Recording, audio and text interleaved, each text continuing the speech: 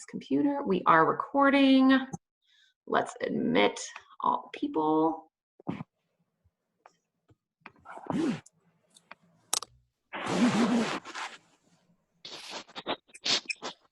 Hello, everyone out there. Just before we get started, I'm just getting us up live on Facebook, and if you could all just make sure you're muted, that'd be great to get started.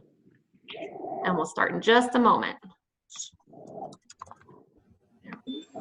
Y'all be quiet. I want some coffee. Thank you. Shh, be quiet.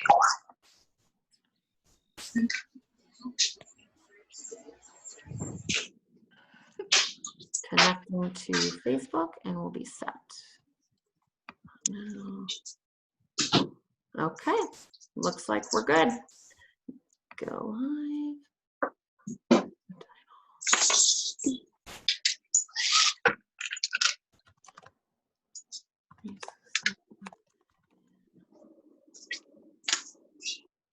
Okay.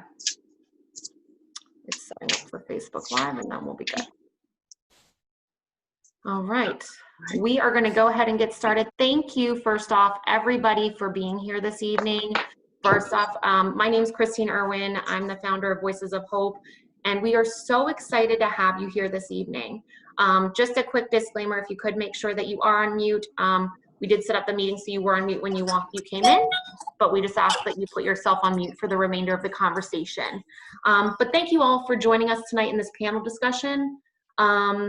As mentioned previously, this is not only a space of education and awareness, but a space to have open and honest and very hard conversations as well. Within the conversations of rape, the voices of advocates and survivors of women of color are many times excluded and overlooked. Our panel tonight will be answering some individualized questions, and we'll have some open panel discussion as well. Throughout the week, participants were able to submit questions which have been given towards the end of the panel. But if you have any questions or commentary, please send through the chat feature on Zoom, and use also the comment section on Facebook if you are watching on Facebook Live. And you can also submit questions through there as well. We will gather those for the end of the discussion.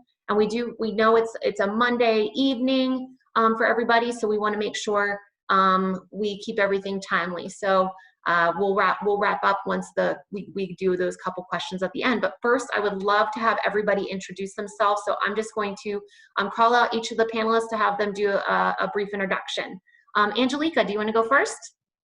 I guess so. Hi, everybody. My name's Angelika Martinez-McGee. I am a sister survivor. I was a gymnast for 10 years, and I was abused by Larry Nassar at the age of 15. I'm currently a nurse. I work at the Cleveland Clinic, and this is the first time I am doing a panel discussion. This is actually the first time I've ever spoken publicly about my abuse. It's an honor. Thank you for having me, and I'm really excited to be a part of this. Thank you. And I know I apologize, I mispronounced your name, Angelika. Yeah, my friends call me Jelly though, so you can. Jelly? Yeah. Okay, sounds good. Brianna, would you introduce yourself next, please? Hi, I'm Brianna Michelle. I am a sister survivor as well. Molested when I was younger, never really discussed it or talked about it, and then was brutally raped, kidnapped, and when I was in college, that just kind of woke up a sleeping giant in me and started a nonprofit organization to help other people, and yeah, here I am. Thank you, Brianna. We really appreciate you being here tonight. Rashonda, will you go next, please? Yes, I am Rashonda Wilson, and I am the founder of I'm a Survivor Incorporated. I am a survivor also. I'm actually a survivor as an adult. So I started my nonprofit organization because there weren't as many organizations available to adult survivors. So I'm a Survivor focuses specifically on women who are of the African diaspora, who are self-identified survivors of sexual assault. We offer healing spiritually. We also empower women to boldly share their stories to debunk the stigma that Black women cannot get raped. And 3, we educate communities on sexual assault awareness along with the trauma that that has manipulated the DNA of the Black woman, of the Black culture, and the American culture. Thank you. Thank you so much, Rashonda. Appreciate it. Astrid, would you like to go next?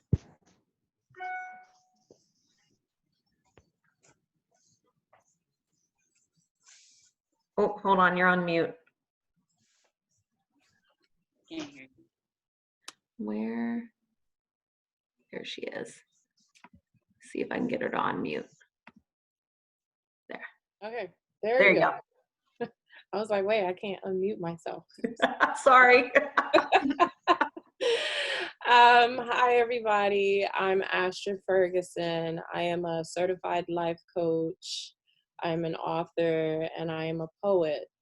I was also molested as a child. I kind of grew up, you know, in all of that domestic abuse, household, you know, all of that. So this is more of a personal thing for me. I have talked about it in the past. I actually wrote a whole book about it, The Serpent's Rattle. And that's why I'm here to, you know, hold space and share on my side as well. I'm Dominican and Haitian, and I'm quite aware of how much this happens in my own culture as well. So I'm happy to be here with y'all. Thank you, Astrid. We're happy that you're here with us too. Thank Patrice, will you go next, please? You need me on your, yep. Let me get you. I didn't think I would have to do that for you, but it's okay. I will. I gotta find it. Where are you at? Let's do this. It'll be faster. There you are. Sorry, I knew that was a mistake for me muting. But hi everyone, my name is Patrice O'Garo, and I am the founder and the face behind the Instagram and Facebook account known as Survivors of Color. I started the page pretty much because I experienced sexual abuse and domestic abuse in a past relationship, and I just wanted to create a space where I can like basically bond with other people who look like me, and I guess, you know, empower and support them as well. And I just think it's important because I feel like, you know, Black people and even, you know, people of color don't have that much representation when it comes to sexual violence. And so I hope that, you know, we can change the narrative on that. And I, you know, there's so much that needs to be learned and so much that, you know, people need to learn just in general about the whole subject. So, you know, I'm happy to be here. I really am. Oh, thank you, Patrice. We're so happy to have you too. We appreciate you. your insight tonight. Cheyenne. Hold on, let me get you there. Very, did it work? No, there we go. I think, yeah, as you went down the line, like me and Patrice, you're like, okay, I know now. So I popped up right as I opened my mouth. Sorry about that, y'all. Hi, my name is Cheyenne Tyler Jacobs. So most people know me as Actually Will Speak on Instagram. I'm a poet, I'm an author, spoken word artist.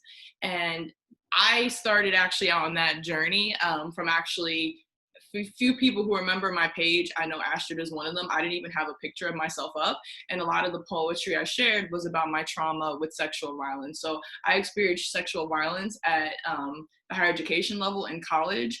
And from there, I was like an orientation leader, I was a peer leader, I'm in a Greek letter organization, and looking at a lot of these structures that we have that perpetuate this social narrative of rape and sexual assault and the lack of support we give to Black women. So I would say around college is when I started having my own experiences, and then it made me look at like, whoa, like our system is really set up to not only allow this to happen, but to make sure Black people, at least for me, again, being a Black woman in the United States of America, especially if you're Black at the intersex, you don't get the support that you need, which led me to create the She Will Speak series.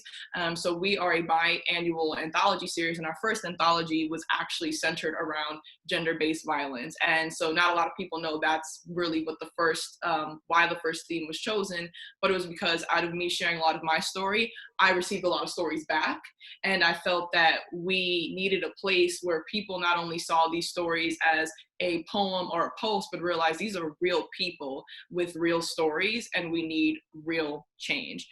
So I'm both a survivor and advocate, and I'm very happy to be on this panel and to be having this conversation, because I think it's a conversation, not even I think, I know it's a conversation that needs to be had, because if not all survivors are at the table being able to talk about what's happening in their intersects of survivorship, then we're not doing what we need to do to make sure that this doesn't happen to anyone else. Mm-hmm.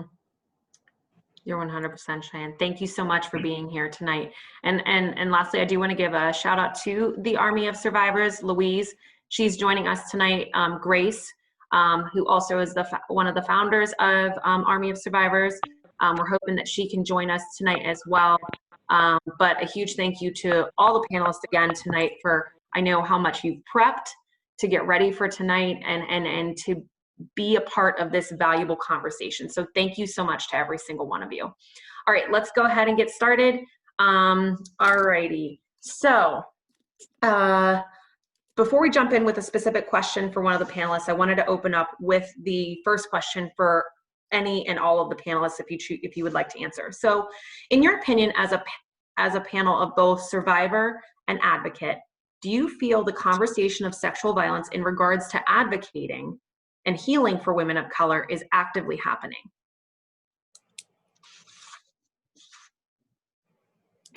I see no's.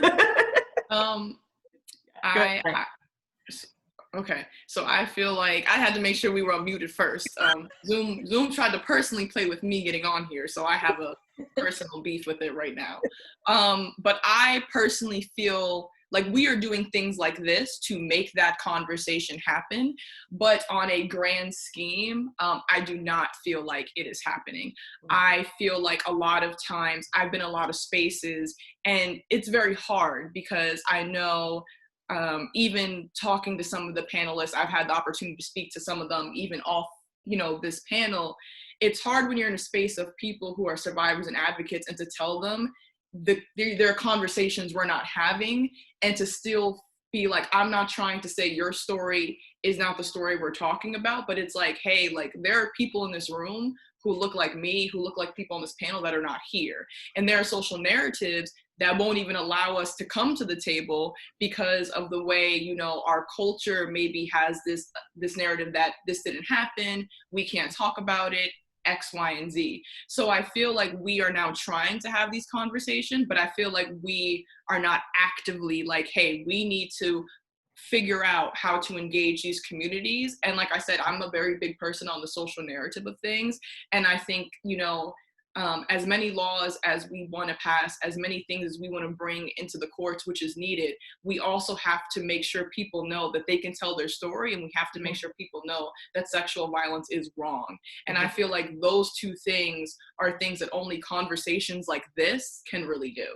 And I feel like they're now starting out, because even I'm only 25 years old, and when I was in college, no one was having these conversations. It was just a blanketed statistic. And when you actually got into, racial backgrounds or ages or culture differences, those numbers are very different than a lot of the general numbers that were given. I would like to chime in on that. I agree with you completely, Cheyenne. Also, too, the statistics also paint the picture. So if you look at, RAIN, and their statistics from 2018 and 2019. If we were having conversations actively, the statistics would say that on average, the white culture, the sexual assaults for the white culture is 200,000. And then for the Black culture is less than 50,000. For the Hispanic culture, less than 50,000. So we're not having these conversations actively because no one's really reporting it. Right. there's no organizations Mhm. out there. Well, there's not as many organizations out there to provide those resources to help those that want to report, or to help encourage or motivate those that want to report that, you know, their sexual assaults or whatnot. I also think too, like, there's layers to it. Like, let's say I want to report my sexual assault. I can't go to my family because maybe my family doesn't support me. But if I go to, let's say, a predominantly white community organization, then they'll support me. So yes, I'm getting the support from like a white organization, but not my own, or not my own people's organization, or not my own family. And I think that there's a disconnect there, because I think that within the Black community, there's no sort of, we don't have those conversations because it's uncomfortable, and the trauma has made it so uncomfortable and has really destroyed the Black culture. So the family don't want to talk about it, and you know, you're left alone. Like, what can I do? Who can I turn to? Because I don't have anyone, so I'm not going to report it. I don't have the confidence in the justice system. I don't have the confidence in my family, so I'm just not going to say anything. I'm just going to harbor the feelings and walk around broken. Exactly. And I think to I continue think that oh, sorry. conversation. Oh no, I'm sorry. Do you want to go ahead? No, it's okay. I'm patient. If we're going to focus on a specific, very recent group of people, our Kelly survivors are a perfect example of how our own community has failed Black women and these children. And another point is that, unfortunately, Black children are looked at as being adults, you know. So, you know, you have a child who's experienced this trauma, and let's say they go to the police, and the police look at them and, you know, say, well, you know, and they have these perceptions of Black children. So it can be very disheartening as a Black survivor, because you have to think about those perceptions when whoever you go to, whether it's your family, the police, or any type of organization. And that's the unfortunate reality that we live in. Yeah. Double back to where you spoke on as far as you looking as if they're being judged as adults, or looked at as being fast, or look as like what have you done to cause this. I know for me, I went to a HBCU, and that's when I was raped and kidnapped and all that. And I remember going and initially I wasn't going to tell my story, but I was staying with a friend at Spelman. And when I got there, I didn't think she was going to be there. She was there. Obviously, I was swollen, bruised, beat up, and I just wanted to get in the shower. I just didn't know, like, who's going to believe that this actually happened? You know what I mean? And, we went, got the rape kit, we did all those things. And even one of the detectives was like, "Are you sure you didn't know this man?" My face is this big, my eyes are bulging out of, from being asphyxiated. Like if I did know them, even with what I look like right now, this is a problem, and it is this, this misconception that Black women just are sexual beings, and that,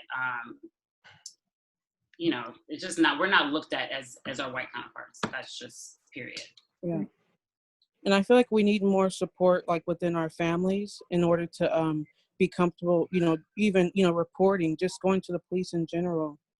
Because it's kind of like what, most of you have pretty much said was, it's hard to even go to your family when it comes to sexual abuse, or, just sexual violence in general, because either they don't believe you, or they just don't really care to even try to help you figure out what steps you need to take and, in the future. Or like they'll even try to, like, sweep it under the rug, and just because they're uncomfortable, they think, oh, well, this happened, but it wasn't that bad, like you'll be all right, basically.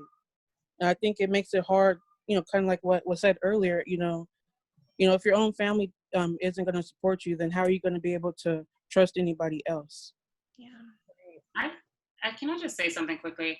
I would say my mother and my family was extremely supportive. And I didn't have that issue of feeling like, oh, I can't tell them. I just didn't want to tell them because of what I thought I would bring to them. I don't think that, necessarily that all, Black families or Black people are always sweeping things under the rug. I think that there's a lot of us that are just very fearful of what our story will bring to someone else, or how that would make our mother or our family feel about what they've done. Like even, once I was raped in college, I finally told my mom that I was molested. I was younger by my uncle. And she just completely froze. Like, why wouldn't you tell me that? I'm 6, 7, 8 years old. I didn't even know that that was wrong. And when I did realize it was wrong, it was something that I'm just like, why even speak about this right now? And it wasn't because I didn't feel comfortable with speaking with her, or I didn't feel like she wouldn't believe me. I just didn't know, what that would make her feel as well. Yeah. Can I say something? My mom, she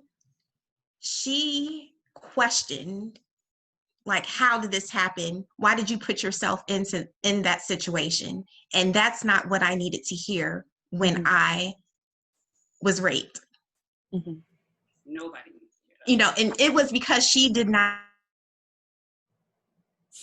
understand, or that she didn't know how to have those conversations with me. Because in the family, everything is kept secret or swept under the rug. So when it happened to her daughter, like, what can she say? The only thing she could say was, well, why did you put yourself in that situation? Yeah. So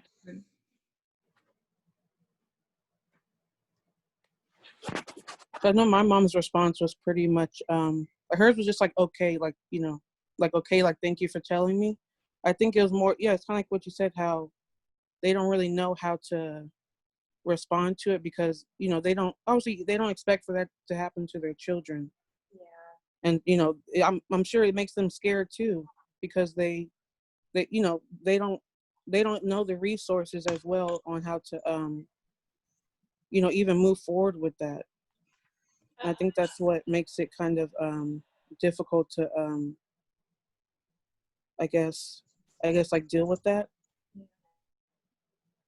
If I can chime in, I think part of the reason why our stories aren't told or our stories aren't shared is because we don't necessarily know how to deal with the level of shame that goes along with rape, and also the level of vulnerability.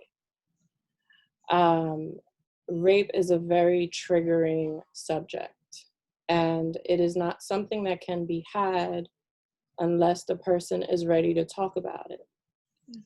And a lot of times in our house, I can say from my experience, if in your house, you're taught from a young age to tolerate and to endure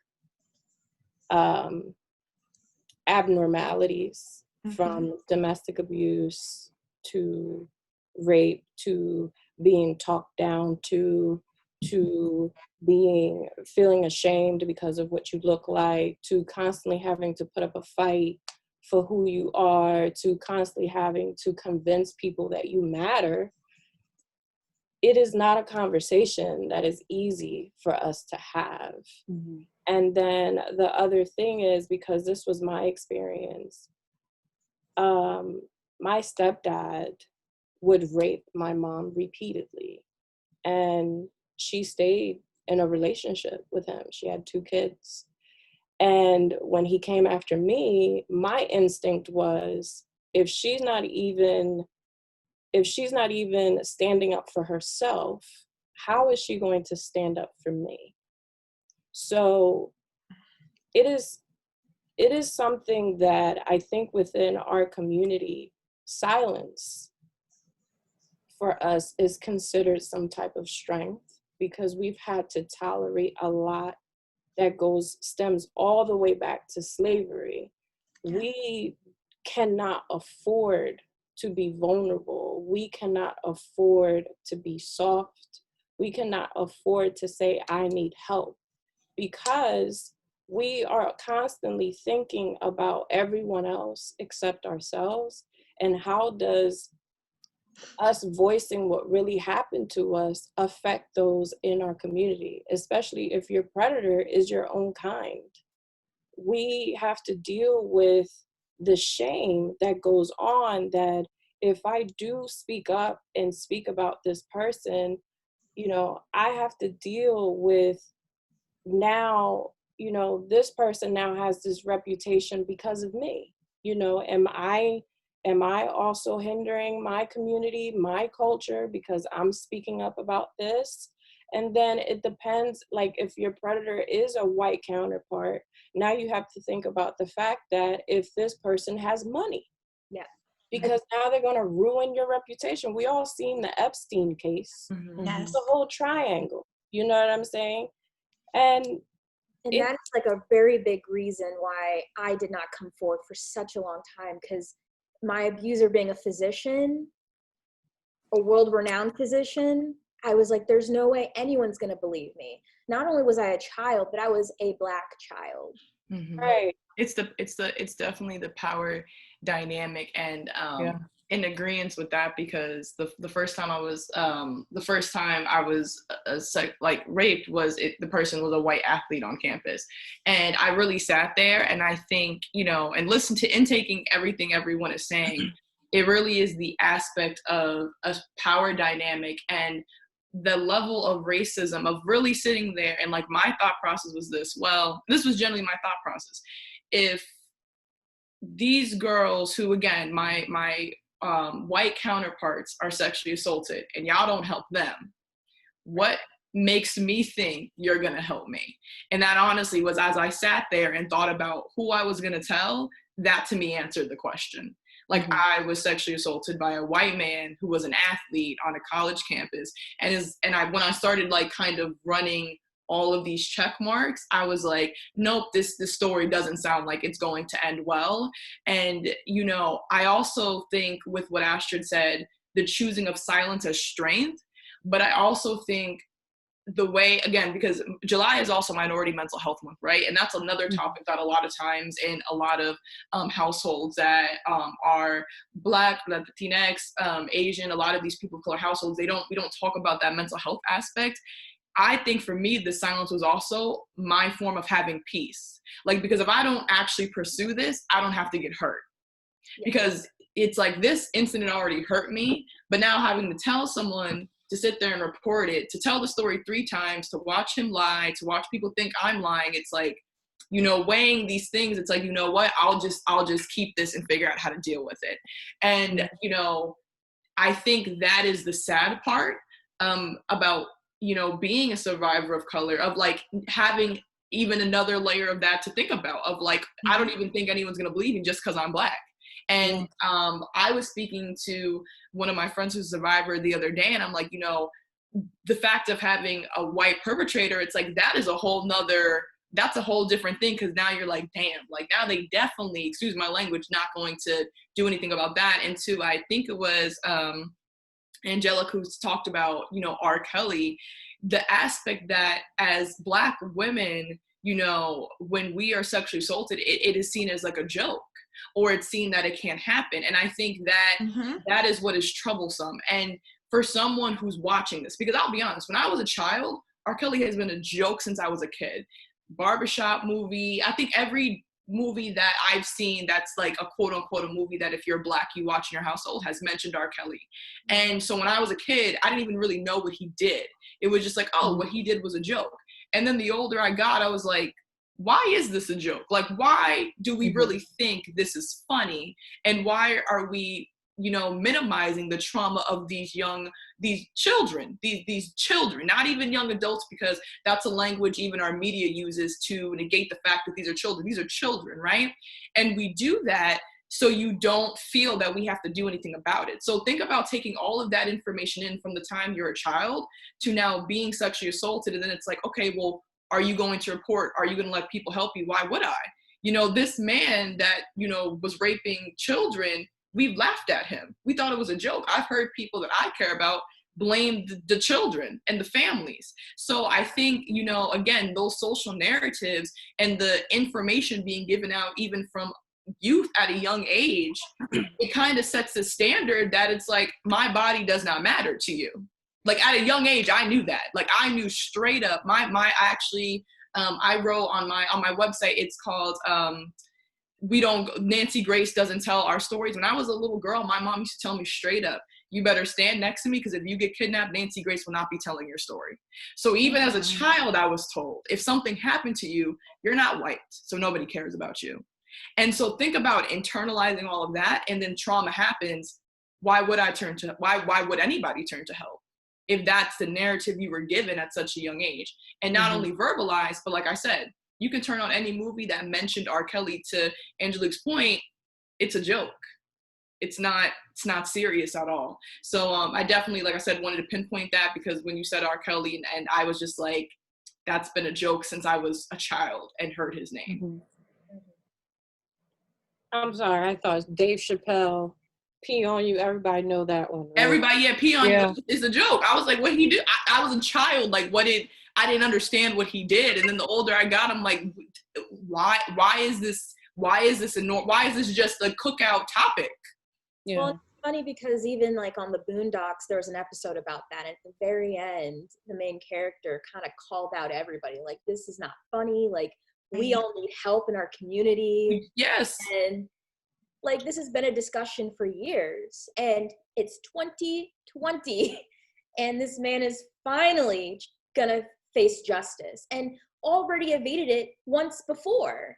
Because if you ever looked at that little girl on the tape and said she participated as a child, she's responsible. Like, no. Well, unfortunately, society has this idea that Black women can't get raped. I mean, that's just, what it is. And unfortunately, it's not taught. It's just this invisible, like, thing that when we're raised, like, I don't know if it's just TV that's conditioning us because of what we see in videos, or like you said with the R. Kelly, or like our parents telling us stop acting fast, or whatever the case may be. But there is just this myth that Black women cannot get raped, and it stems from slavery. It's been passed down. It's just been passed down, and now it's just like, it's not being addressed. And thankfully, we're having these conversations right now. But I remember, like, in my support group, we watched a documentary, and they talked about how, there's all these myths that Black women cannot get raped. And so now, we're just, conditioned, like society has been conditioned just to have like this veil, or that this veil not to like, not to help us, if you will. Yeah, I mean, it's a scary feeling because Astrid, you were talking about. Go ahead, Brianna. Oh, sorry. Sorry, Brianna, go ahead. Did you get to finish your thought there? Go ahead if you didn't. Oh, no. Just, about like telling our parents and things like that. We have to also remember our parents are people too. And a lot of our parents have experienced abuse that they have kept. And our grandparents experienced abuse. So it's just like this thing that no one talks about. And so it's good that now that we're all on this platform and having this conversation, because we've started talking about it. Trauma, is generational. And so it's healing. So at this point, it's really powerful and wonderful that we can be here and say, hey, this has happened to us. We're not going to let this happen to our cousins, our sisters, our friends, the people around us within our social network. We're saying something, we're vocalizing. So now that you can also speak about it. I just found out that my aunt, who's like 56, was raped. She told me. She's never told anyone. And it was because I was, she knows what happened to me. We've talked about this years and years and years. And I did another panel and she was watching it and she texted me and she was like, I'm just like admired by your strength. I just want to let you know that I was also raped and you're the first and only person that I've told, and she's 56, 56, 57. So it's just that, a lot of times those generational curses just continue and continue. And I'm just really proud that we have stepped up and be like, no, that. You know what I'm saying? There's no more of that shying away for what reality is when it comes to sexual violence within our community, period. And I wanted to mention one more thing too, like it's not just in America, it's all over, because even in Africa, it is bad. It is bad. So it's just Black women just have it so bad, you know, as far as being objectified or repressed. And, you know, we do need to have these conversations, and it should not just be just in America, it should be all over. Yeah. I think it makes it hard when it's someone who is who has power to their name, because you know, I was also sexually assaulted by somebody who was white. He wasn't necessarily somebody who had status, but both his parents are lawyers, and they're good lawyers at that. And he also has a brother who is a lawyer, and even like another brother who was dating somebody whose, you know, father is somebody, you know, big in the entertainment industry. And so it kind of makes it hard to even want to even speak out loud about about being sexually assaulted by that person, because it was kind of like, well, if they're lawyers, what chance do I even have? You know, what's the whole point of even trying if it's going to be shut down? Or that's just what my assumption is or was. And I think that kind of goes to, like, I don't know if it's his privilege, because the only thing he was concerned about was not telling his mom. Like, he wasn't worried to call the police. You know, it was just, you know, don't tell my mom. That was his only that was the only thing that he was worried about. And I think for him, it didn't seem like it was a big deal, because I feel like he knew that it wasn't going to, you know, be pursued any further than it was. And I think it makes it kind of, I don't know, it makes you kind of wonder how that's even possible to happen, because, like, you know, even if, like, you could have all the evidence there, and even though they're of a certain status, you know, your story doesn't matter. What happened to you doesn't matter. Because they, you know, like I said, they assume that Black women can't be raped. They perceive us as being strong. And for me, like, I don't consider being strong, like, as, like, in a compliment in a way. Because they assume that you're supposed to just, you know, take in everything that happens to you, you know, and not even ask for help. You know, they want you to be the one to help them, but they feel like you don't deserve the kind of help that they deserve. Yeah. Thank you all for putting your insights into that question. I really appreciate it. So let's go on. We'll go to the next question. This one actually specifically is for Cheyenne. So Cheyenne, on your platform, She Will Speak, on Instagram, you have a post that stated, "Stop referring to Black women during slavery as mistresses to slave masters. Nah, they were raped and did not have a choice. Stop trying to whitewash the history books to make the narrative of slavery more acceptable. Also, if you did not know this is why we don't respect Black women's bodies today. How do you feel the history of slavery acts as a current narrative is of how we view Black women's bodies today?"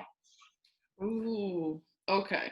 So I've been actually, like, meditating on this for a long time, because with everything that's been happening, even recently with like, there was a resurgence with Me Too, people telling their stories, us, you know, doing this panel, and even just, like, quick, like, statistics from, like, the National Center on Violence on Women, like, for every Black woman reports, 15 don't.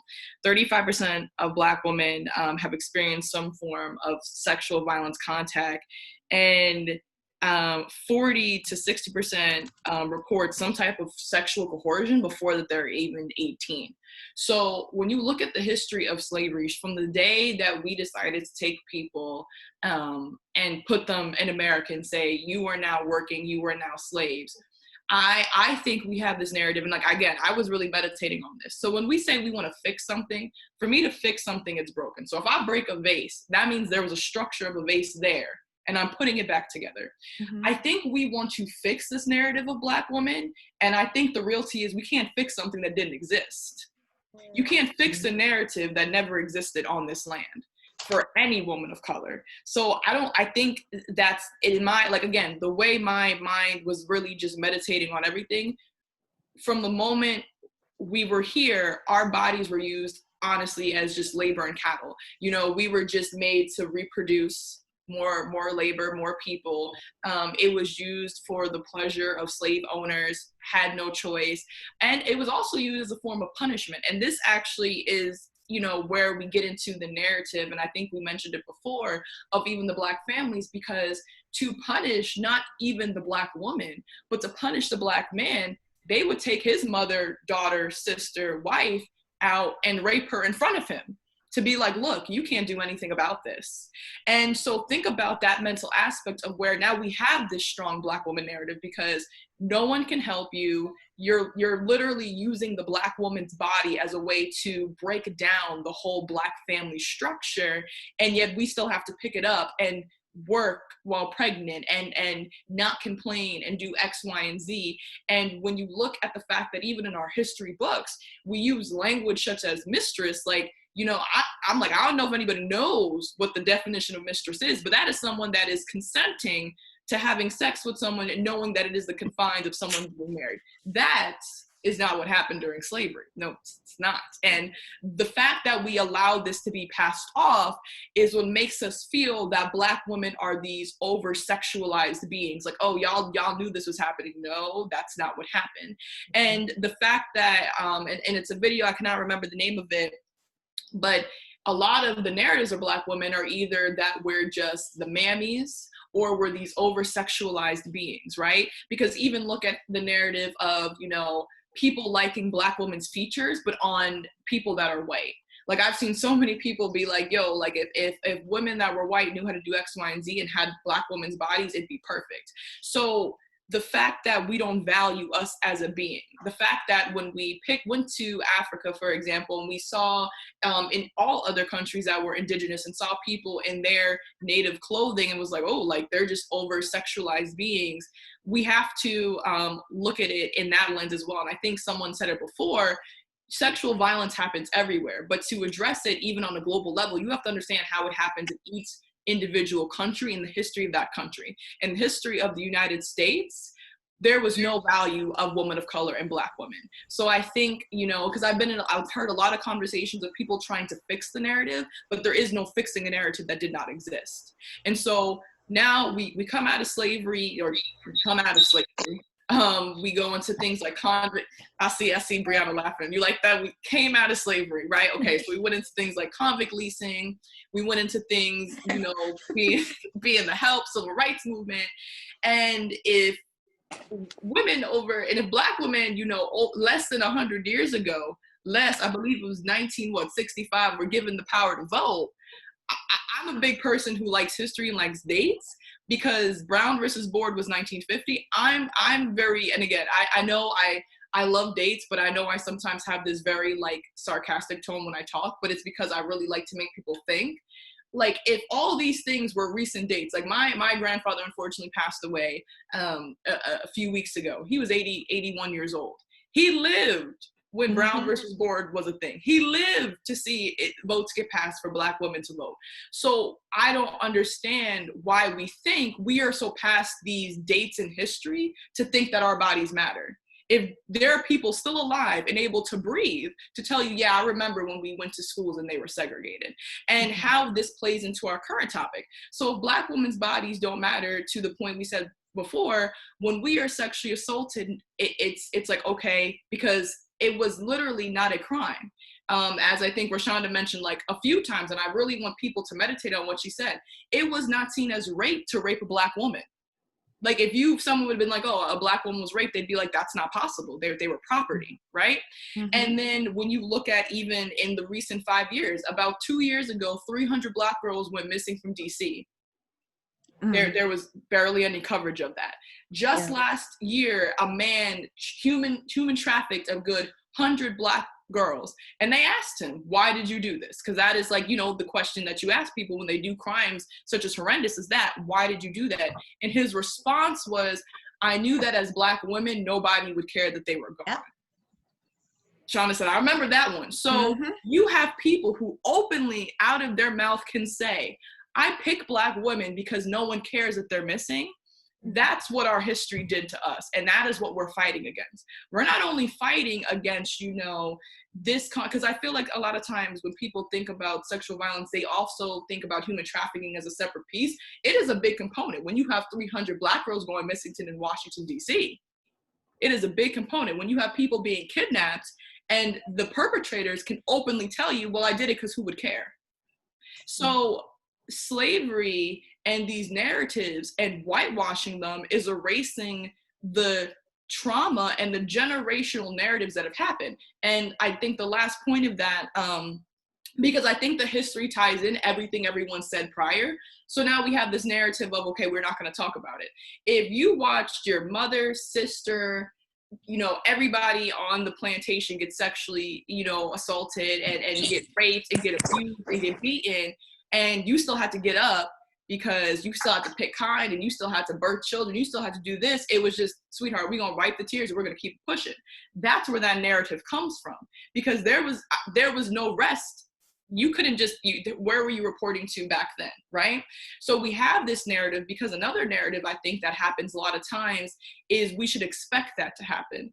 And that's a narrative that, again, Astrid actually on this call is my mentor. I talked to her about this one, and actually on my Instagram, She Will Speak, I posted it. We have this narrative as Black women that if a man does not abuse us, does not rape us, that's a gem, because that's supposed to happen, and that's a problem. And that is a narrative formed out of that trauma, that we're supposed to expect our bodies to be disrespected and to be violated because that's just what happens. So I think it is very much the history of slavery, the history of Black women. Again, our bodies were used as labor. They were used as punishment. They were used as enjoyment. And at no point were they ever ours. And we need to really acknowledge that. And for anyone on this call, for both survivor, when you look at these narratives, unfortunately, this is why it is so hard and feels like we're fighting multiple wars as survivors, because we are. And it's so sad that we are. And I hear you and I see you, and I'm so sorry that we have to do this. And to the advocates, especially any white cis activists on this call, you have to be mindful that you can't fix something that did not exist. We are creating a narrative that our bodies matter, not fixing one. Because again, to fix it means it existed. It never did. And so, like I said, I really was just thinking about this for a while, and that would be, again, my answer to that. And I think to help create this narrative is to do things like this, because unfortunately, we cannot go back, which is true. You cannot go back in history and change what happened, but we have to be doing the work to recognize the systemic racism and oppression within rape that is impacting us. Because like I said before earlier in my introduction, if we are not holding space for all survivors, we're not holding space for anybody.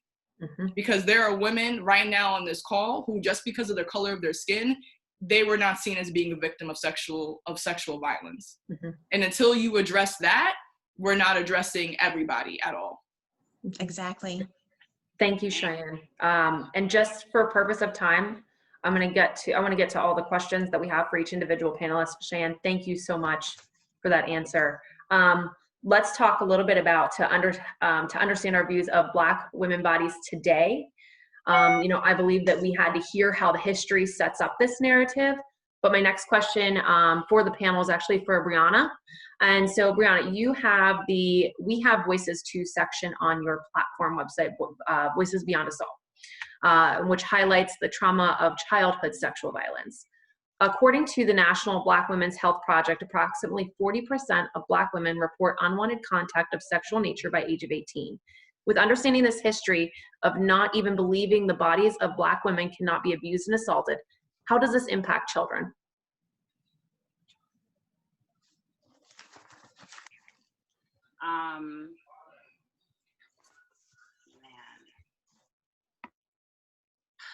How does it impact children? I mean, I don't know. I'm just so like taken aback by everything Cheyenne said, and I'm like taking everything in that I'm like, me too. I'm like, yo, like pretty much everything she said that's how children are affected. Like, it's like we still are living, they are, I don't know. I'm just sorry. I'm just Cheyenne. You just hit something in my core And Yeah, you blew me away.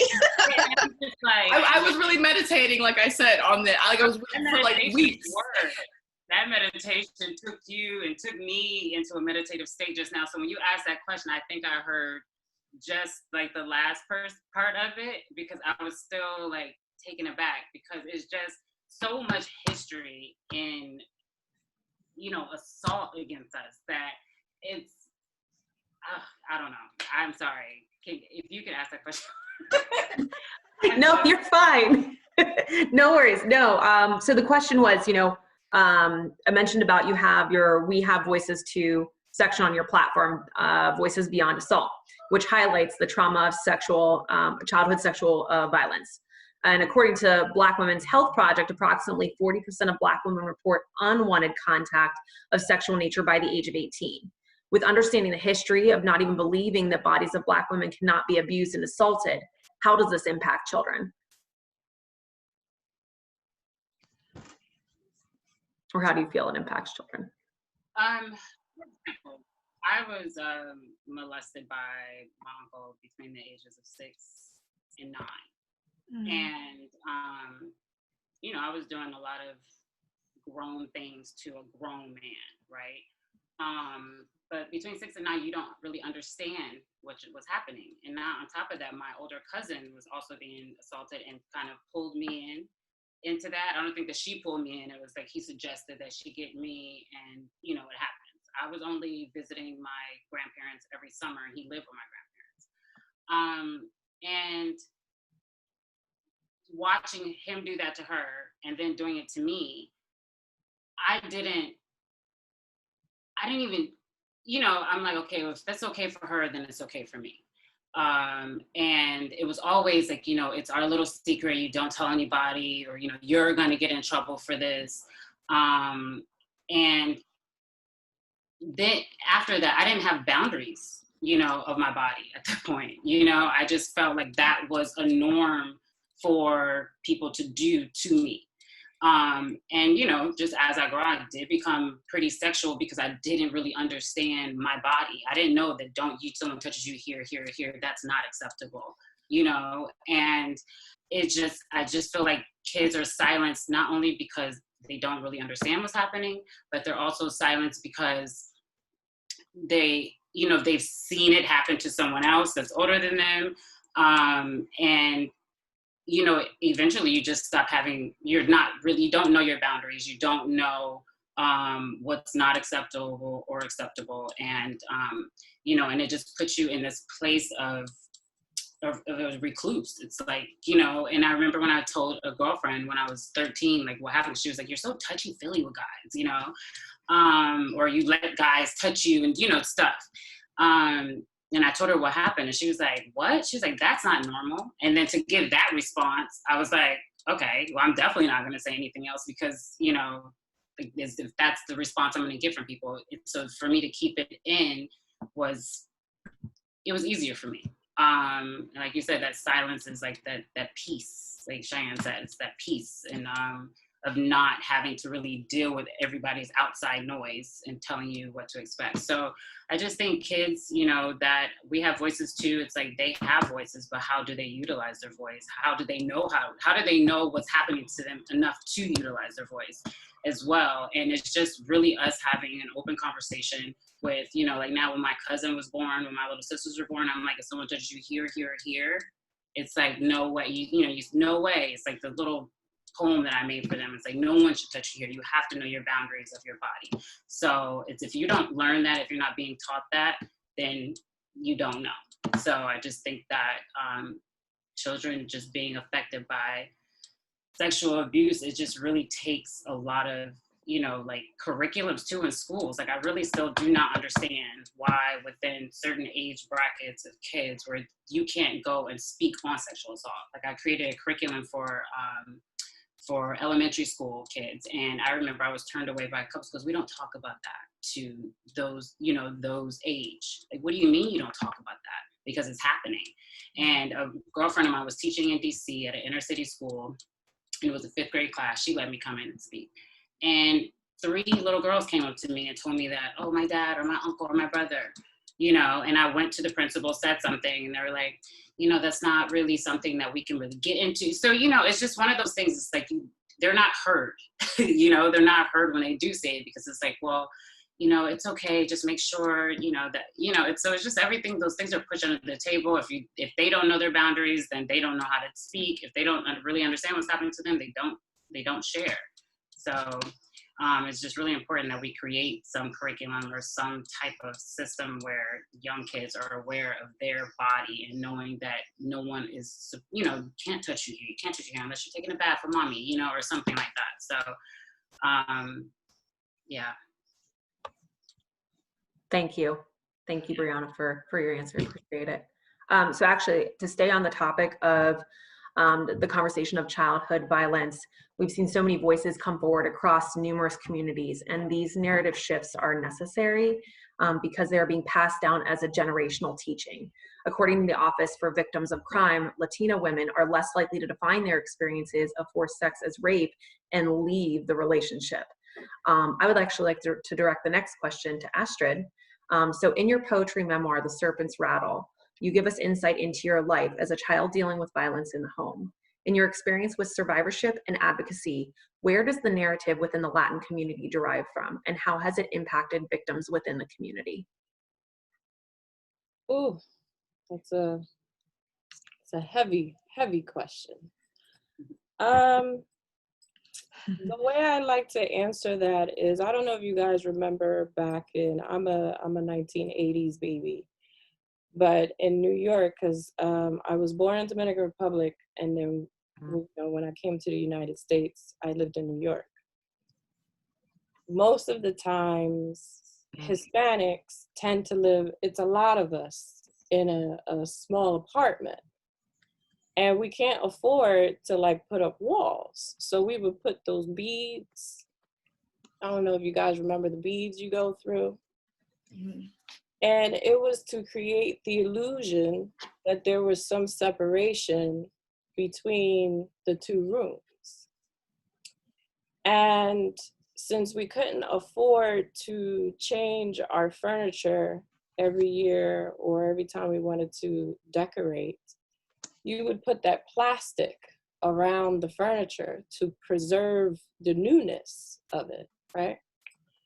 So the way that I would answer that is, rape is a conversation like the beads that you put that separates the two rooms to make pretend that there is a separation. But you can still hear it. You still know it's there. You still hear the conversations. You still know that it's very prevalent. But we choose not to talk about it because, one, that's our makeup. Settlers came into our homeland and pretty much killed the Taínos, then brought over African slaves, and we're like a combination of all of that, of things being taken from us, of rape, of them using, you know, our land to preserve all the sugar, because back then it was Haiti that preserved more than a third of the sugar that went around the entire world. And when you fight back, you're perceived as barbaric, you know? So that's what that is. And then I like to think of the plastic that goes around, you know, the couches that we preserve the newness, is how we preserved our stories. If we told what happened, then that means we let our family down, because we are now responsible for the next generation that's gonna come after us. So we better sit there and tolerate, and we better sit there and deal with it, because that's just the consequence that we've been dealing with all our lives in our culture. And the minute that we say something, we're no longer preserving our family, quote unquote, the opportunity to come to this land. So that's why a lot of times we don't speak, because our predators will hold that against us. They will say, well, they're going to divide the family, or, they're going to take you away, or, and because we're so like, that's the only thing that kept us together was unity. We'll say, this is not so bad. If it happened to mom, and it happened to abuela, and it happened to her mom, and it happened to so-and-so, it's just a part of it. Who am I to break this cycle? Responsibility weighs heavy on the Latinx community, especially for our children. Children are taught from a very young age, shut up and do as I say. Mm-hmm. You know what I'm saying? And that sounds exactly like our predators. Shut up, and I'm gonna take this from you. You know what I'm saying? It didn't belong to you to begin with. And that's why I always say abuse is the most intelligent villain hunting prey. It corrals you, it silences you. It makes you feel guilty for being in the situation. And it makes you feel even more guilty about not being able to say no. That even though you may have said no, with your body, you may have said no, like you said it, but you wasn't strong enough to mean it. You know what I'm saying? And that's what this does to our community. And it takes us such a long time, especially for us as women, to understand our worth and to really understand that we are truly the owners of our bodies. And it's not our men, and it's not the law, and it's not, we still have to fight for our right to choose if we want to have kids or not. Right. And it's our bodies, and we have to raise them. So it's like everywhere we go, we're kind of taught to tolerate. Thank you, Astrid, for answering that question. I really appreciate it. And so I kind of want to move to the topic of reporting. Obviously, as you can hear after hearing the voices of the first three panelists, it's clear those who perpetuate the violence of women of color are not actively being held accountable. So I want to talk a little bit about how reporting affects us. And actually, this question is going to be for Jelly, if you wouldn't mind taking this next question. So I wanted to talk a little bit about when it comes to reporting as a whole, one sector in particular that needs to be mentioned is specifically with Betsy DeVoe's changes in reporting within the school system and sports with Title IX. How do you feel these changes to Title IX are going to impact women of color communities that are already many times overlooked? Great question. So Title IX is essentially supposed to be this, create this dynamic within colleges to protect students, female students, or any student that feels that they've been sexually assaulted. And essentially some major changes that have happened very recently. The Obama administration had mandated reporting, which was a big deal. And also that any type of assault that happened off campus, the university would be responsible for investigating those assaults. And basically what Betsy DeVos said or changed is that mandated reporting is not going to be a thing anymore, which is mind-blowing. And then any type of assault that happens off campus with your own students, you are not responsible for doing, for investigating and it's really up to the university.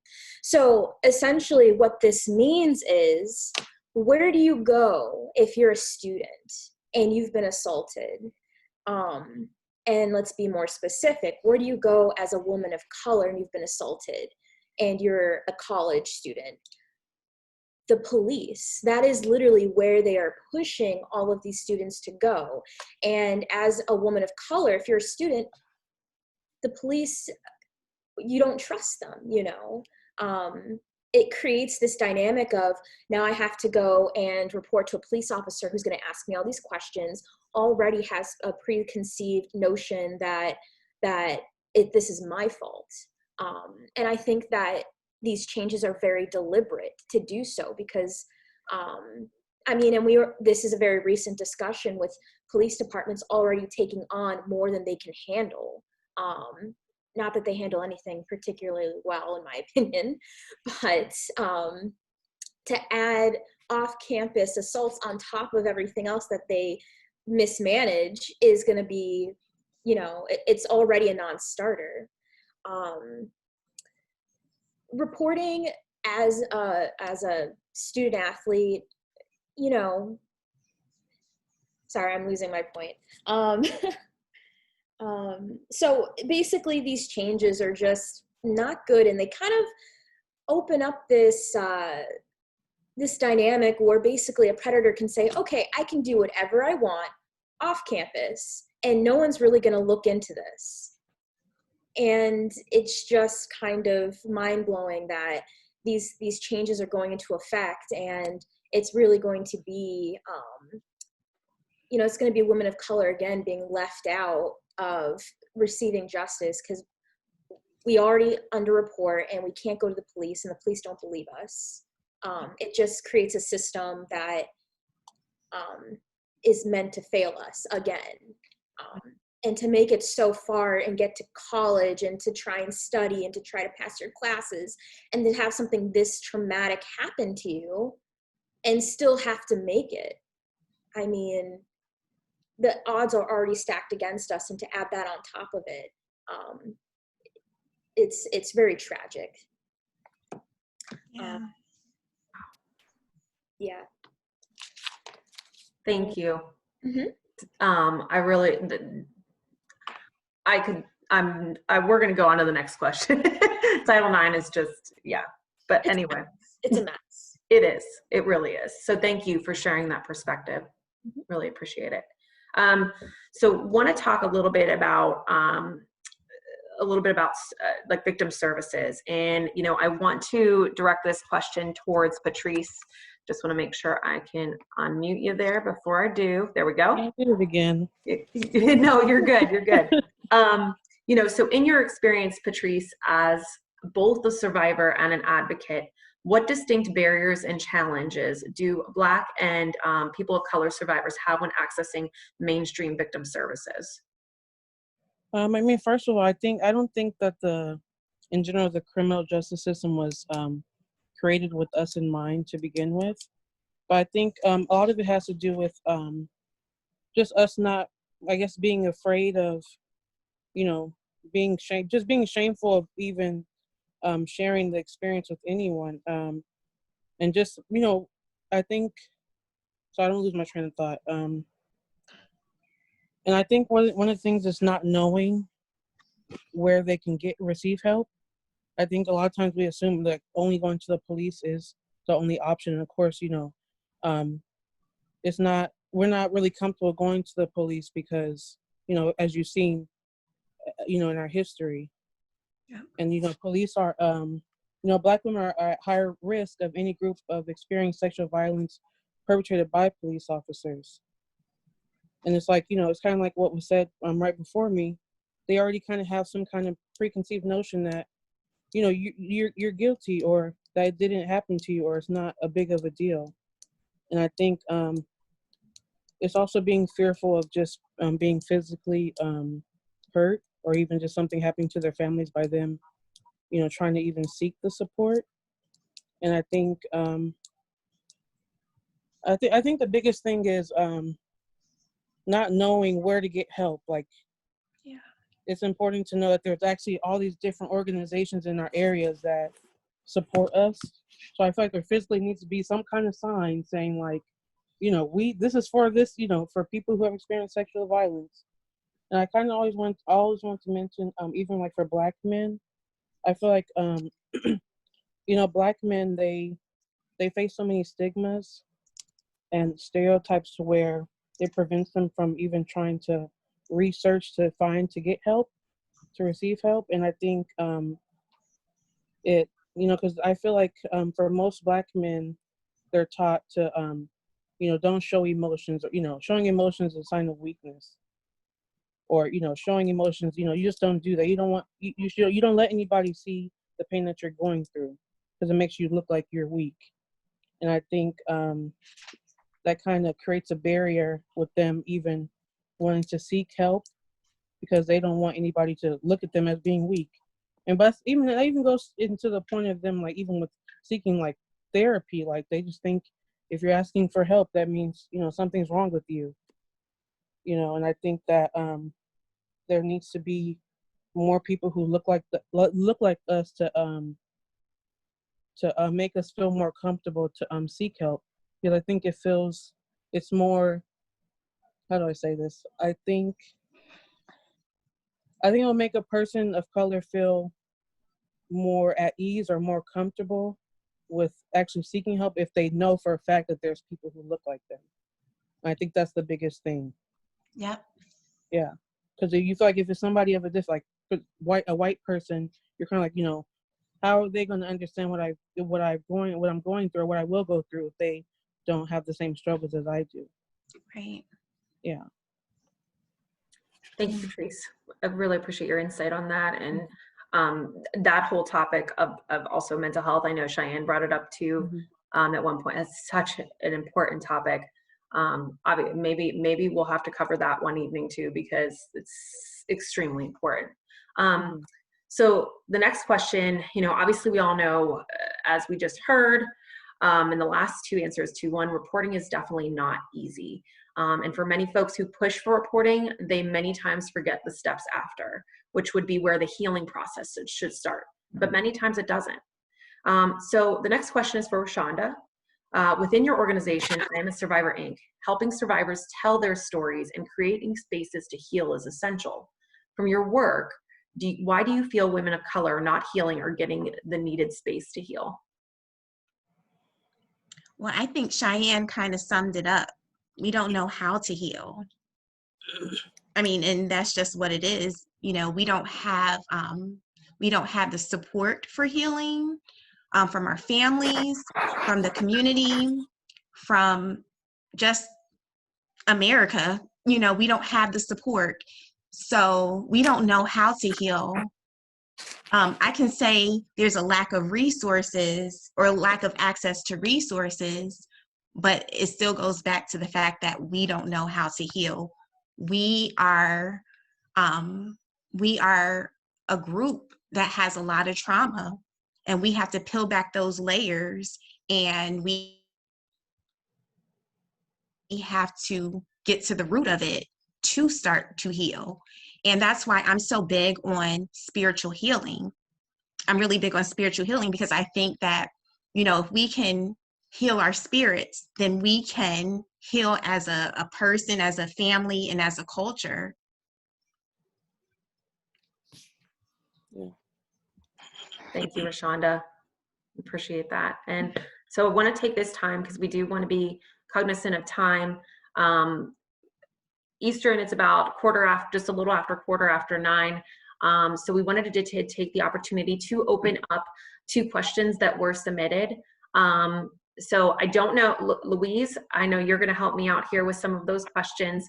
Like I said, just to be cognizant of time, hopefully we can get through a couple of them, and then we'll wrap up for the evening. But Louise, if you want to pull a couple of those questions that we had, that'd be great for the panel. Oh, I think I have to unmute you. I'm sorry. Technology. Let me get you here. Can I say really quick? Yeah, please. Everyone here, especially my Black women, my Latino women, I think where we need to start with all of this is understanding that we are beautiful. You know what I'm saying? We are beautiful. We are valuable. You know what I'm saying? Like, we deserve to be joyous. We deserve to be happy. Yes. We deserve to have the love that we want. We deserve to be respected. You know what I'm saying?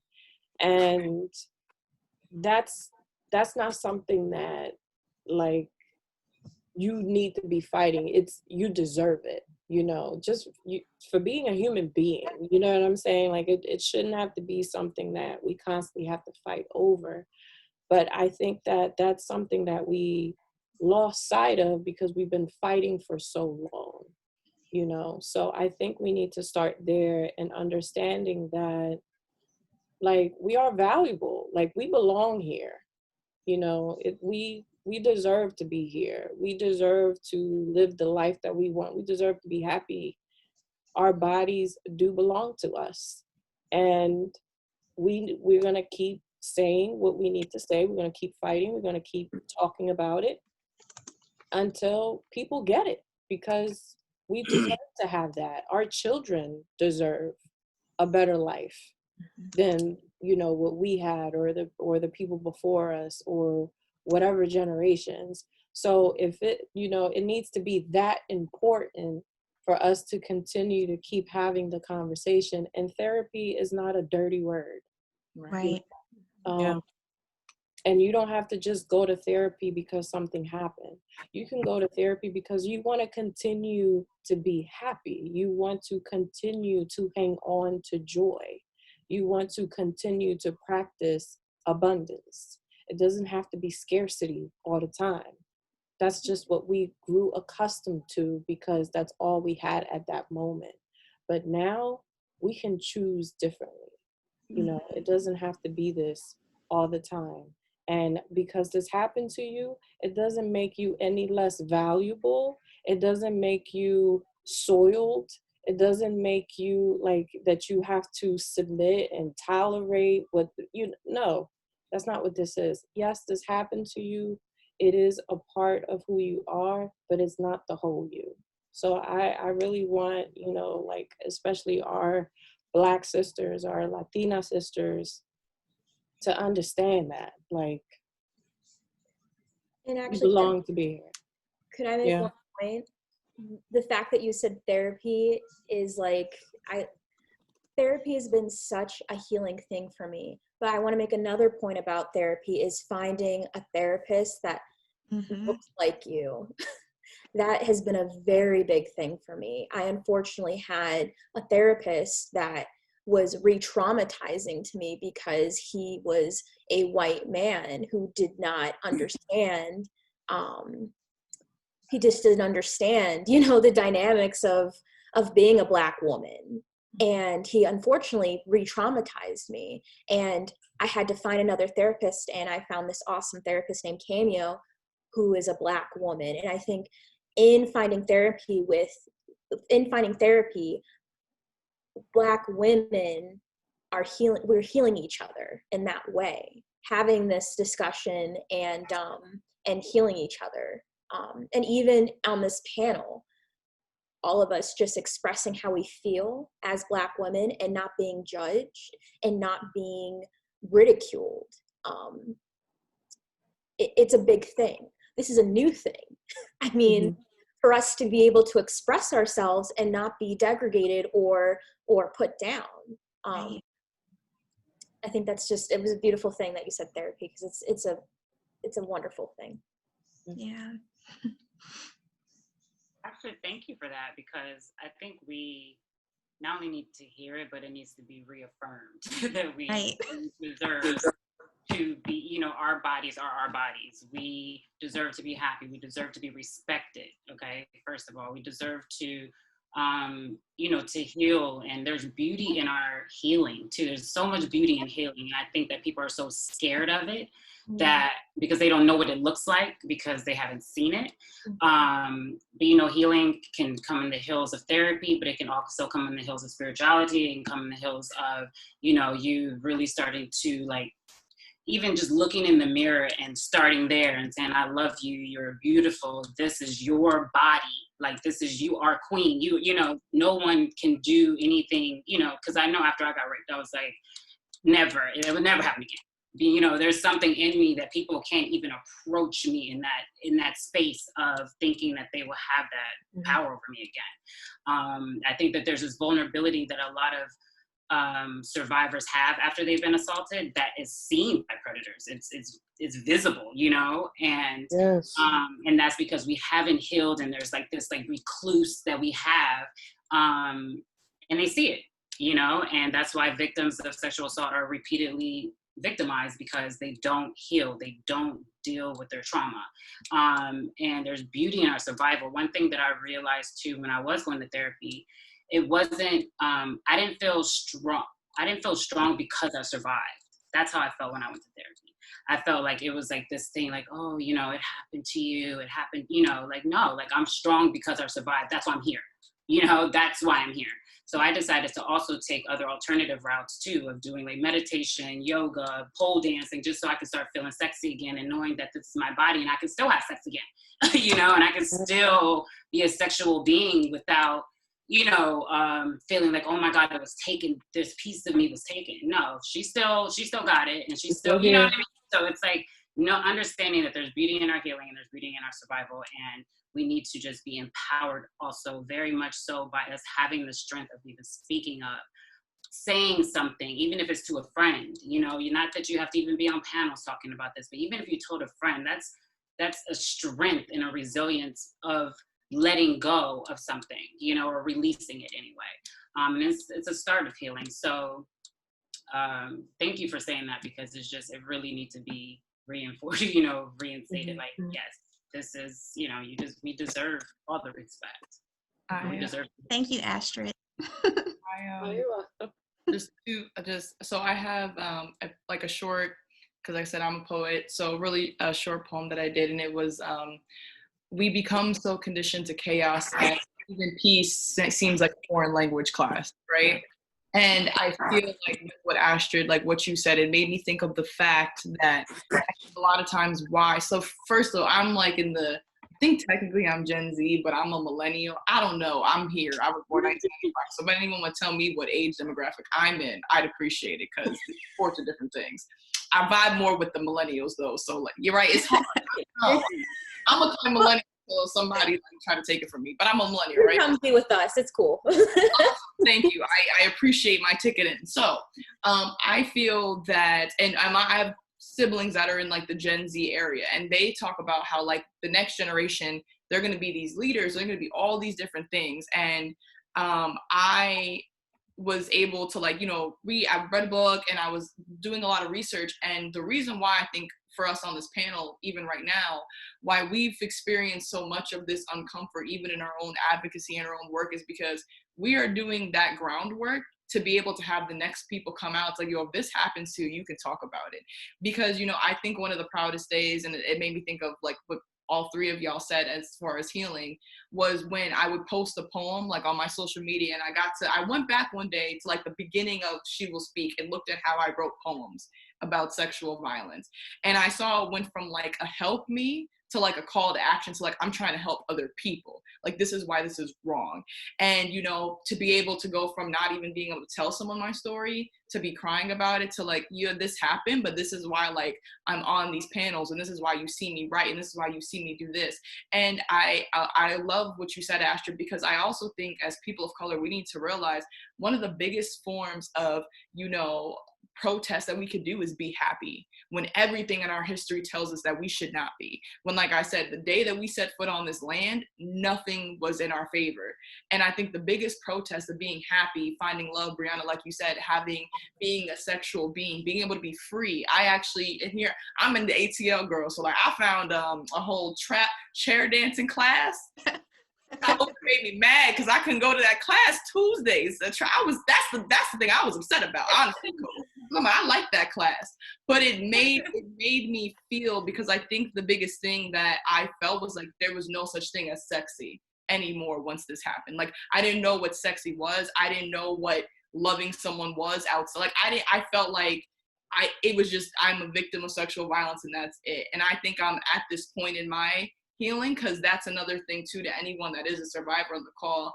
And I feel like it's one of those bittersweet things where it's like, it's always a journey. I don't think healing ever has a destination. It's a journey, because, you know, with every year that goes by, I have another layer of myself that I peel back. And I think I'm on this layer now of allowing other people to love me, despite my trauma, because I am not my trauma. You know, I might have experienced trauma, but I am not trauma. You know, I am not, nothing that happened to me was my fault. And so I would also just like to give that to anybody, that if you're in that space of trying to figure out what love looks like, it's okay if you're not ready for that. Because like I said, there was a point in my time where I know I wasn't ready to let other people into my life. But I feel like I'm very like happy to be at this place where healing and fun and sexuality and all these different things are like now coming together. And, you know, for anyone that is fighting to have their story heard, you know, you're doing something that we never did before. We never protested these generational traumas. We never protested these generational narrative. So it is hard, but it's not impossible. Because like even listening to everyone talk on this panel, like I said, I think most of everyone here I got to speak to prior, but like being able to have a collective of women of color come together and talk about what happened to us and talk about, well, this is what we're doing. Like we all start, like all of y'all started like a platform to make sure this didn't happen again in a land where our bodies were seen as property. That's the biggest protest of all to me. That's protest in itself. The fact, like Rashonda, like, you know, even though you said, you know, I don't know where healing starts, the fact that you're doing that, that's protest. Yeah. So I just wanted to thank like even all of y'all on this panel for doing the biggest thing that we're not supposed to do, which is be happy. And to make sure the next person that comes, maybe they can, like Patrice said, maybe they can find the resource a little bit easier.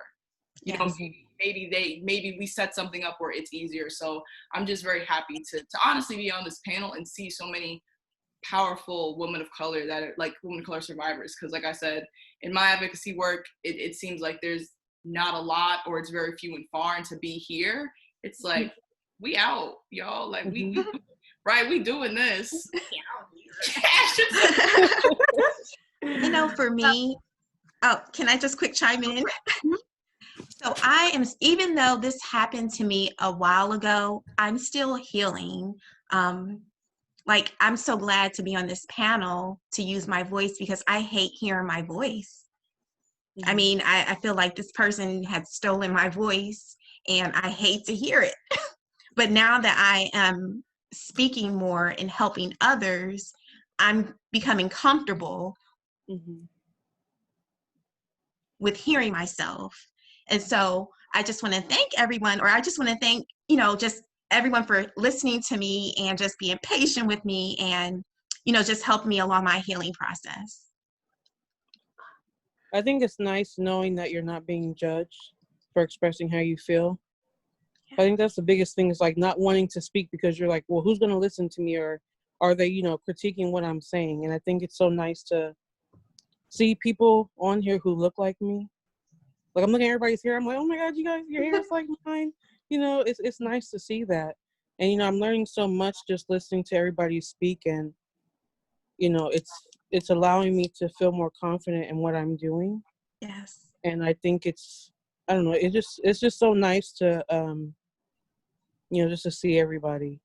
Because this is something that is just, it's unheard of, you know? Right. So it's just nice to see everybody and hearing everybody's voices. Like there's really other people out there who, you know, have a similar mindset to mine. And it's just, I'm just so appreciative just to meet everybody. Well, and I just want to jump in here quickly. I know that we're about time, so Christine, let me know. I want to thank all the panelists for helping out. I know not only did you answer all these questions that Christine sent your way, but also helping out in the chat. So if you have questions, and I know that all of their Instagrams were shared in the chat, so feel free to go through and follow each of these amazing panelists. There were 2 questions that have come in that I do want to at least bring up. One, Phoenix says, still in the Black community, there's skepticism about therapy. How do any of you recommend that we begin to help healing our community by bridging the gap of trust in that area? So I was gonna say, I think real quick, the first step is uplifting those people that look like you that are also trying to pursue therapy. Because if in the Black community, less than 2% of professionals are Black and therapists, right? And a lot of times we unknowingly sometimes shut people down for pursuing the mental health field. It's like, why would you do that? There's no money, X, Y, and Z. I have a privilege that like a lot of my friends, you know, they are therapists, they hold doctorates. So I have like this other scope to it, to where I'm learning how even they're decolonizing the therapy, you know, profession, because a lot of what they're being taught is within systematic oppression as well. Go figure, right? All these professions are. So I think if that also helps someone, is a lot of these therapists of color, they are very much aware that, you know, if they were to do their work the way that they were taught, it's not helping people who look like them. And I think to what Angelika said before, you know, finding a therapist that looks like you, to me, was the biggest thing. Like, I went through 3 therapists and then finally said, you know what, I want someone that's Black. And I took it a little further. I'm personally, I'm Christian. So I'm like, I want someone who's Black, I want someone who's Christian, because I'm not going to be over here explaining to you my identity every time we meet. And so to me, that's the biggest advice I can give if you want to pursue. And I think, again, it's hard because we don't want to accept mental health and we don't want to work on it, but to really understand why, again, is to go back to that slavery aspect and what we all, I think, collectively said, we never had a chance to. And there's therapy. I can actually I'll type it right now, so someone else can answer. A bunch of pages that people can follow if you're a person of color and you're looking for therapy. I'll type that right in the chat because I just did an article on that. I think for my journey as a sexual assault survivor, therapy has been literally every step of the way. And I went through 2 therapists before finding my 3rd therapist, Cameo, and you have to be so careful about opening yourself up in a space to somebody who doesn't understand how you see the world, how you experience the world. Like that therapist that I was speaking about before, the first time I talked about being abused by Larry Nassar, my big thing was, who's gonna believe me? Like, I'm Black, you know? And when Simone Biles and Gabby Douglas came out publicly, I was like, oh my God, I can sit down, I can like actually speak about this now. And the first thing that came out of my therapist's mouth was, oh, I thought I only abused white girls. It was like I was experiencing that trauma all over again. I felt myself sink into the chair.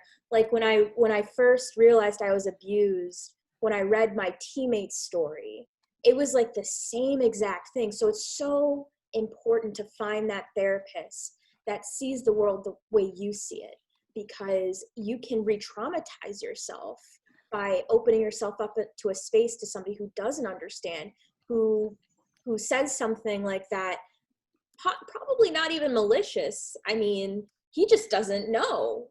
And it's mind-blowing. It's mind-blowing. So I would say, first step, just find a therapist who sees the world the way you see it and how you experience it. And that is the first thing you can do to really kind of get to a better place.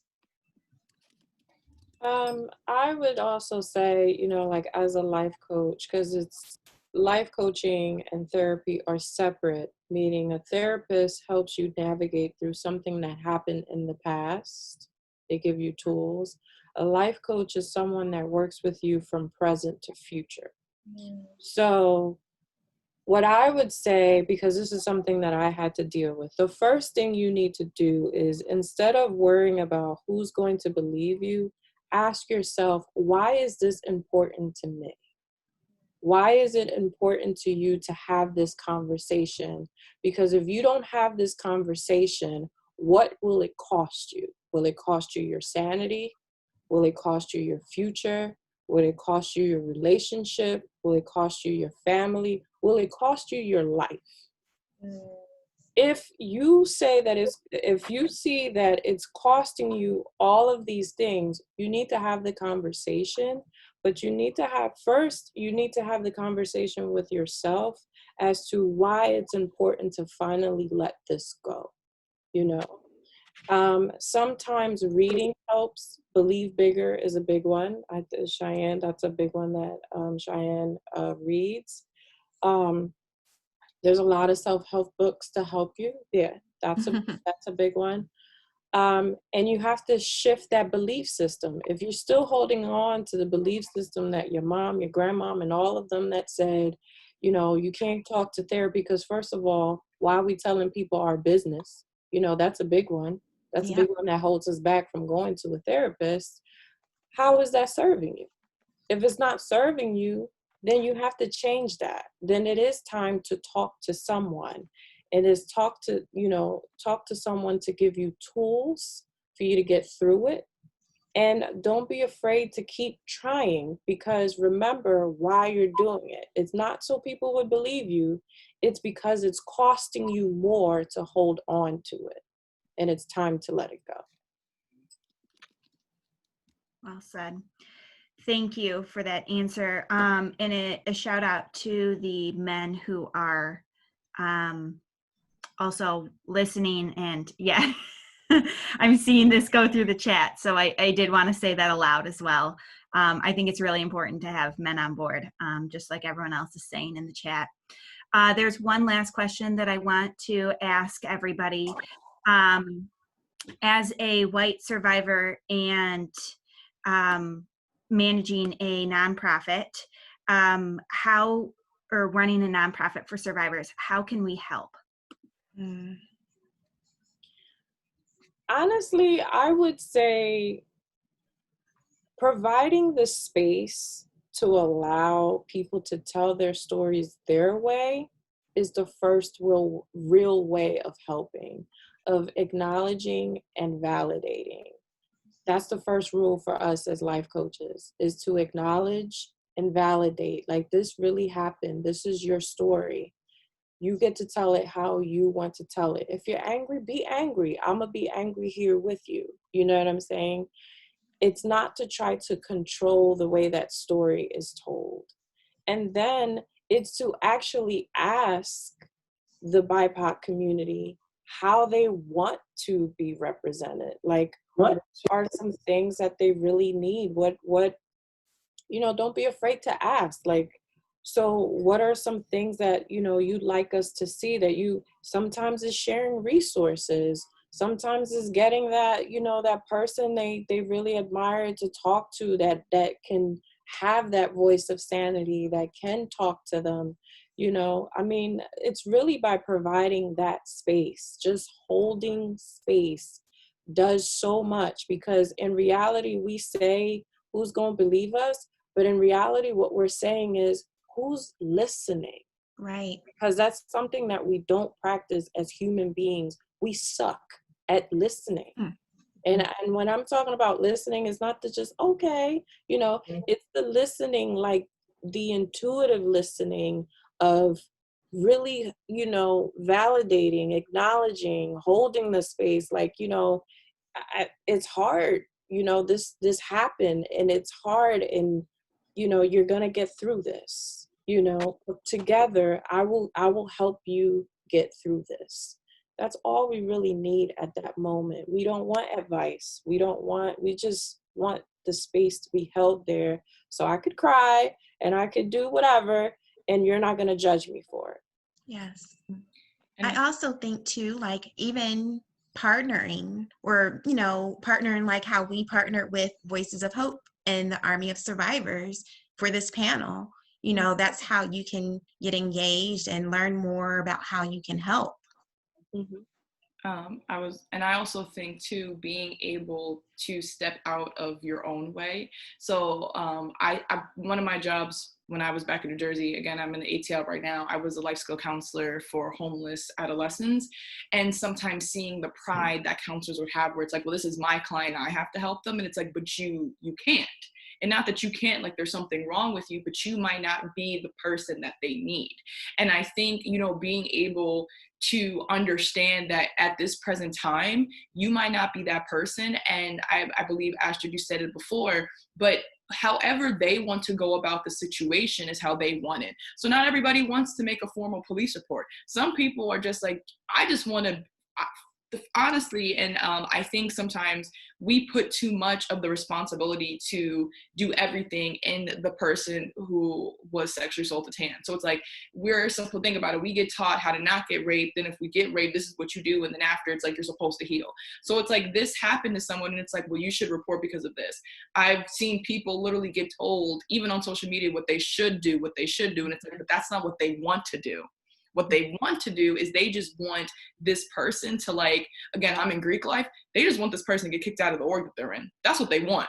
Mhm. Y'all over here trying to tell them what should happen. The should does not matter if that's not what they want. So I think sometimes as providers or advocates, we have our lens of what should happen, but that's not their lens. And you're not walking in front of the person, you're walking next to the person. So if you want to go to the left, we're going to go to the left. Now, am I going to use maybe my resources to be like, hey, you know, these are also options that maybe one day you should take, or, you know, maybe we could do X, Y, and Z in case you want to take those options? Yeah, because, you know, you might be in a place of understanding these different options, but I think too many times we try to make people make decisions that we think is the best, and we're not these individuals, and that's hurting them, not helping them, and understanding when it's time to take a step back. Like an example, some of my clients, actually a lot of my clients, all my clients actually, were cisgendered men that I worked with, and I had to understand that as much as I was their big sister, I was not their big brother. A lot of my clients were English was a second language, so the first way they expressed emotion was in Spanish, for example. I could not help them because I did not they wanted to give their emotion, and they can only do that in their first language. So I had to understand, sorry, you don't have to talk to me. That's perfectly okay. And I would get them someone that they could talk to and process with them after. And some people would take that as an insult, like, well, why don't they want to talk to me? Because they want to do it in their first language, and I don't speak that language. And that's perfectly okay, because guess what? We are trying to help them, not boost our ego. And I don't think we do it maliciously. I think sometimes it's just like this, you know, we want to help so bad, but you do have to remove yourself sometimes. So those are just, again, being someone in a social work aspect, those are two things I learned to do that I think, you know, goes across the board when trying to actually provide and help the individual in front of you. And I also feel that it starts with having compassion too, for people, you know, when they come in, and just being compassionate of the space that they're in and how they're feeling is extremely important, and believing them, you know. And, you know, if you're a white woman I'm not sure what type of organization she has, but if a woman of color comes in, be open to who they are, and just really having just being open to who they are and how they respond to situations. Because a lot of times you go into, like, you know, when I went into a therapist before this program that I went into after I was raped, it felt like, you know, she was like, well, you don't have to be so mad or upset. Like, like, what do you mean I don't have to be? I'm not even mad or upset. I'm frustrated. I'm hurt. I'm in pain. Like, what do you mean am I mad or frustrated? So having an understanding of who a person is that comes into your organization is important. Having compassion and believing that person. Those are key things to me. And it's also just acknowledging, because this is part of everything of what we're talking about. Just say, I know we're different. You know, I know I'm white. I know you're Hispanic. I know you're Black. And I know that because of that, our narratives might be different, but I'm here for you. Yes. You know what I'm saying? I am here for you. I'm here to sit in this with you, because only this moment right now is the true moment. We don't know what tomorrow is. We don't know what the next minute is going to be. And all of us, the answers to all of our problems lie within ourselves. Even if we go to therapy, even if we go to all these different places, they're only going to help us navigate to find that answer within ourselves. Because like what Brianna said and Cheyenne said, you know, we only know what's best for us. You know, even if you come up with a plan that you think would be best, it's not always going to be the best for us. We kind of have to go through that and navigate it. So that's what I would say. Thank you for your work. Well, first off, thank you to each and every one of you tonight here in this discussion.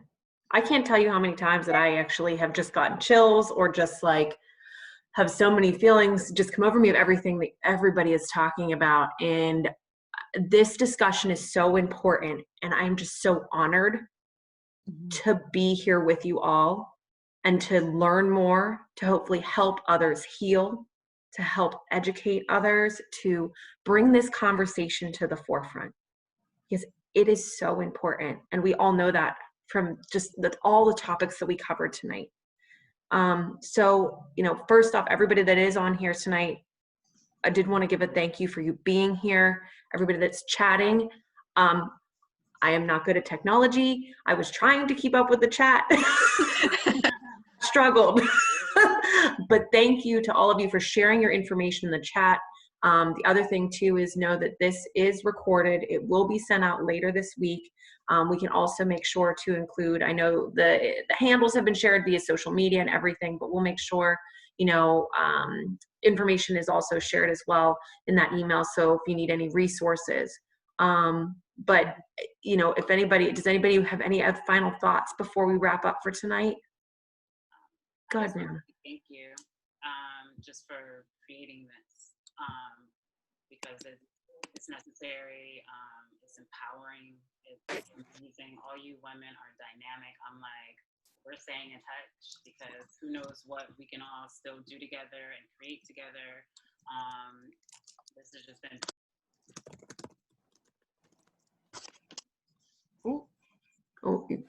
You cut out there at the end. So thank you, Kristen, for having this, putting this together for us. And, you as a white woman, just wanting to know and educating yourself is just amazing as well. So I'm just grateful to be here and thankful that you chose me to be one of the dynamic women you have on here. Thank you. Thank you. Yeah, thank you for putting this together. This is actually, oh man, I don't think I've spoke about this since Cheyenne's first She Will Speak series event that she had, because it's still tough, very tough to talk about. I mean, there's a lot of layers. So thank you so much for inviting me, and hopefully everyone here gained something from us. And if you leave with anything, it's that there's no voice that's too small, So talk about it as much as you need to, continue to talk about it, and just know that you are so much more than your trauma. There's so much more to you than this conversation. So. Again, everyone who, first of all, thank you everyone who attended, because it made us very happy. Every day Christine would give us an update like, oh my gosh, like people are coming, because as happy as I am that everyone was very engaged, I would just want you to know, and I can't speak as collective for everyone, but I think that we're also very eager to see everyone here for this conversation, because that's how much we wanted to have it. Like we had notes ready. We was like, bet we're gonna come out with, and so I'm just very happy that everyone took time out of their night, learning so much from these panelists. And to Brianna's point, like I'm happy to have connected with so many amazing individuals. And if for anything that you can take away is that, as I think Patrice put it perfectly, we exist. I think when I went to the Women's Center at my university and I sat there and I told them I was sexually assaulted, and they're like, there's groups to help you. And I said, they always talk about these groups. And the first question I asked was, where are these people though? Where are these people that look like me? And at 25 years old, I can say I found people that look like me, that are at a place where it's like, yes, this happened, but it's like, I am not, this trauma. And actually Grace is not here, but one post I appreciate that she personally posted was a whole thread on that, on her page. And it helped me so much. I think Astrid, you posted something recently about it. So I just would give that to any survivors, like, you are not, you experience trauma, but you're not. To the providers, like, thank you for coming. And even to the, I saw, like you said, the thread as well, to the men on the call who are actively trying to learn. I thank you, because like I said, and I have like 2 people on the call that are like personally like my friends. When I was a counselor, the people I worked with were adolescent young men, and the majority of them were sexually assaulted. So being able to work front line with a lot of these individuals and understand that we need men as well in these conversations is very important to me, even on that aspect. So I thank everyone for whatever reason you came out, because it takes everyone to make sure people are healing, and it takes everyone to make sure we don't have to have these conversations about sexual violence or rape, because our bodies are valued. We exist. Facts. All right. Yes. Oh, So grateful. I really am. you guys, thank you. And I do need to give a shout out to Cheyenne, because Cheyenne, you did such an amazing job putting together questions. Like, seriously, Yes. amazing job. Yes. I like I said, you all are inspirational, dynamic individuals, honored to totally be in your presence and have this discussion. Thank you to each and every one of you that are the panelists tonight for taking time out of your night to not only tonight, but also prep for tonight, because we know there was prep involved in this. And again, just echoing what these amazing women said to everybody that joined the call tonight, to the men, to all the survivors, everyone that is here tonight, thank you for being part of this conversation. So with that, we'll go ahead and we'll wrap up for the evening. Those of you all that are on here have registered, so you will get this information later this week. And it might give me like a day or two, and I'll get it out to technology, you know. But thank you all so much again. Seriously, from the bottom of my heart, you guys were amazing. Louise, thank you for your help. Thank you for stepping in at last moment.